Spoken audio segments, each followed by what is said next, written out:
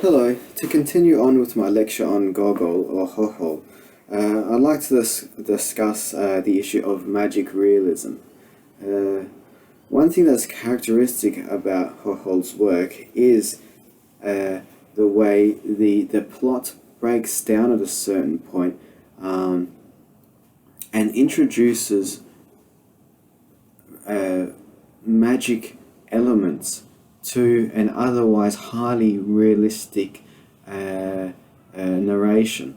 So a scene that is, or a scene or a situation or personality that is immensely real in a sense that, as you say, warts and all are shown. When Hoho discusses the Cossacks, when he discusses administrated life of bureaucrats in office, he doesn't glorify any of this. He shows it in its most real, its most mundane, its most grotty. It's he kind of he airs the dirty laundry, as it were. And this is a characteristic feature of realism, particularly in a Russian context. It doesn't aim to romanticize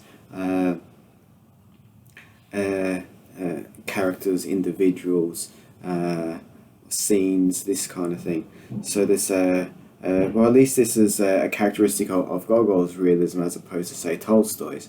So there's a kind of you can see that the break, and I think it's interesting to read Hoholi in relation to Tolstoy, and to see the two sort of opposing ways almost of doing realism. So anyway, I think part of his realism is characterized by a real sort of there's a real dark-ass tinge to it, a pessimistic tinge to it, and a melancholic tinge to it. And I think this is a very sort of typical intellectual feature of the Ukraine, and particularly of Ukrainians, I think, as well. This sort of dark pessimism is often associated with Russian culture, but I think in the Ukraine, that particular region, that particular the Ukrainian steppe, that zone in between Poland and Russia, it has given birth to quite a few intellectuals of this sort of morose disposition. It is a character disposition as well that you'll find in people from Ukraine, and I think that's kind of partly a legacy of the particular tragic heritage of Ukraine. That kind of that either not really having good options available for up and coming people in that region. Well, and people generally. I mean, you either had the situation where you had to work as a serf for a Polish landlord, or subject yourself to incursions by Tatars and Turks and others, or run off and become a Cossack, run off beyond the rapids, and have that sort of lifestyle. So there weren't a lot of great options for people in that part of the world, and stability was never really known. That terrain passed from Polish to Russian to Polish-Russian to Habsburg. It's kind of and not to mention the years of communism as well. So it's this sort of it is a tragic part of the world, and its intellectuals have that aspect to it, have that aspect to their thought, and it is a part of the world where East really does meet West, where all the intellectuals trained in seminaries, trained by Jesuit theologians, growing up in, say, the western cities of Lvov, these kind of Habsburg cities. At the same time, having this very real sense that you are part of the Asian steppe there, or at least the Eurasian steppe, and having that ancestry that, well, it is very mixed. it's not clear whether people in this part of the world are Europeans or Asian, given the ancestral complex peoples that have traditionally occupied and moved through the steppe. So realism, that kind of really being grounded in a hard reality of a hard part of the world, with a pessimistic tinge that, of course, nothing would really turn out well. And it's no wonder why these ideas of the character ideas of the Schlemazel came out of this part of the world. But then you have this magic aspect to this realism, this fantastic aspect where witches and demons come alive. And I think this is also part of the Russian mind and the Slavic mind more broadly. You'll see this in the modern philosophy of Leszek Kolakowski, who talks about the devil all the time. Kolakowski arguing that, well, you can find arguments to refute the existence of God, but it's a lot harder to find arguments to refute the existence of the devil, given the very real experiences of evil we have in the world. And the devil comes up over and over again in Russian literature. It comes up in Dostoevsky's novel, The Devil. He comes up throughout Russian paintings, in Russian folk stories. It's part of the psyche, the mind of that part of the world. So devils, witches, Baba Yagas, that kind of thing, and Gogol is draws upon these characters and this kind of folk mythology, particularly in Christmas Eve, where you have the devil and you have a witch in the play. And here in the novel, The Overcoat, this novella, The Overcoat, where you have this fantastic sort of situation in which Akaki returns from the grave as a ghost,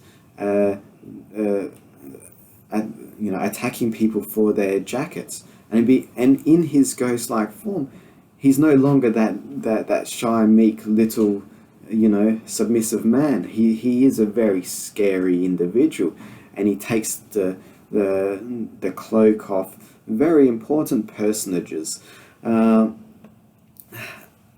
he so that there is a that sense that he has a completely different.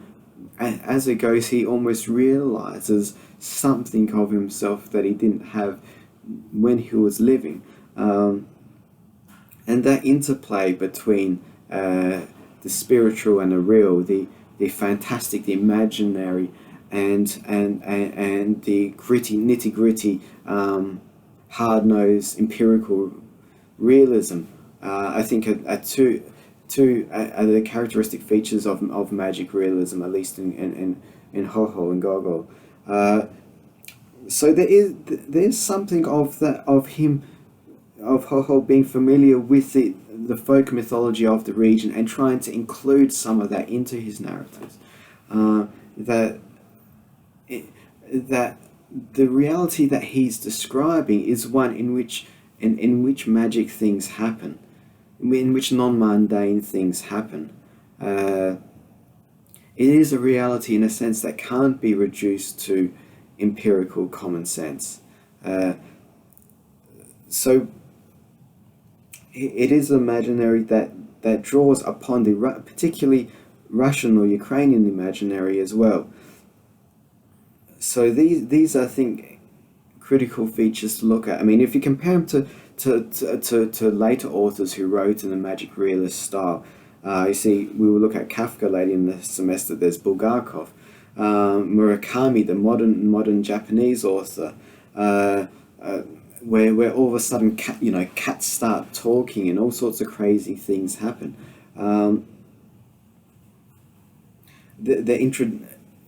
these novels are characterized by the introduction of the non-mundane in a way that normalizes the non-mundane. So their characters almost take it for granted that yes, these things do happen. That yes, ghosts do walk around at night time and they do impact upon the daily lives of people. And from a Western perspective, it seems very unusual. But I tell you what, if you go out of Western societies, I find this in Vietnamese society quite a bit, where I spend a lot of time in Vietnam. And well, yes, in the Vietnamese day-to-day reality, there is such a thing as air and energy and ghosts and spirits, and they move about just as freely as anyone else, and you have to attend to their needs. You have to make offerings to them, or they will make your life miserable. And at one level, there is a realization that, yes, this isn't imaginary. But on the other level, at a deeper level, there's always a sense that, well, we may create this fiction, but there's something of that is real. So we follow the rules that go about regulating it nonetheless. So you don't joke about where ghosts and things are concerned. And that's very much something also that part of the Eastern European Slavic sort of culture as well. Don't mess about with the Baba Yagas. Don't mess about with with the devil, with the dead, that kind of thing. They have a real impact and presence upon the living, upon your life, So in one sense, his novel is highly fantastic. In another sense, he's showing a vision of reality that is not reducible to the overly rationalized Enlightenment, highly empirical, fact-centric,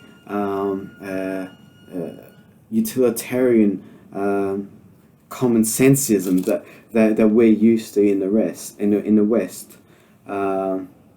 So in that sense, the magic in his magic realism, it needs to be taken seriously. It's not something that can easily be dismissed as creating fantastic stories to entertain kids. It's not about entertaining kids.